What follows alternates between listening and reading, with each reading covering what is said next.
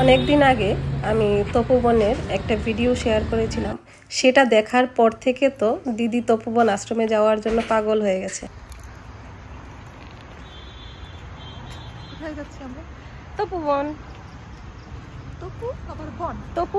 তপোবন আশ্রম। তপোবন আশ্রমে ঢোকার ঠিক পরের যে ভিউটা আছে সেটা জাস্ট অস্বাভাবিক সুন্দর। টাইলস বাঁধানো একটা সরু রাস্তা চলে গেছে মেইন মন্দিরের দিকে, আর এই রাস্তার এক পাশে আছে একটা দিঘি আর আরেক পাশে গভীর জঙ্গল। দুই দিকের প্রাকৃতিক দৃশ্যটা দেখতে দেখতে মেইন মন্দিরের দিকে এগোনোর যে ফিলিংসটা আছে না, সেটা কিন্তু দারুণ। আর দেখো, দেখেছো কি সুন্দর। হাঁটছি হাঁটছি আর কি করছি, পাহাড় চড়ছি ক্লান্ত হয়ে সারাদিনের ডিউটির পর। মন্দিরে ঠাকুর দর্শন হবে, একটু প্রাকৃতিক পরিবেশের সাথে মেলামেশা হবে, ঠিক না?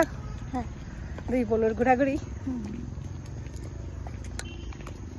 এই হলো সিদ্ধেশ্বরী মায়ের মন্দির।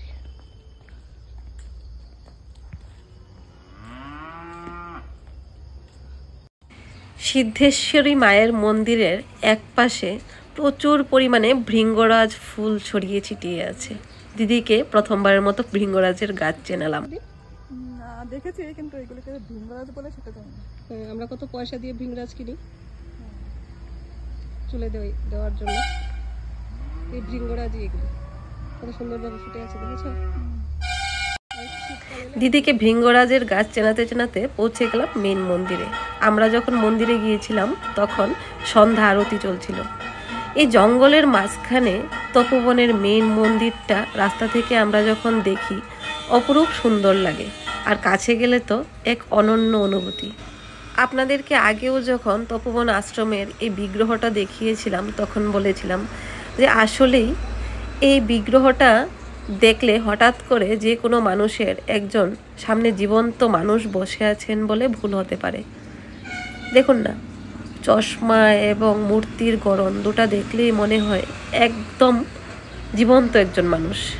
এখন যেহেতু শীতের বেলা, আমরা মন্দিরটা একটু ঘুরে ঘুরে দেখতেই বাইরে একেবারে ঘুটঘুটে অন্ধকার হয়ে গেল। কি যেন দুই বোনের একটু মনে দুষ্টামি এলো, আর দুজনে মিলে স্লো মোশনে দুটা ভিডিও করে নিলাম। আমাদের তপোবন আশ্রমের এই ভিডিওটা কেমন লেগেছে অবশ্যই কমেন্ট করে জানাবেন। ধন্যবাদ সবাইকে।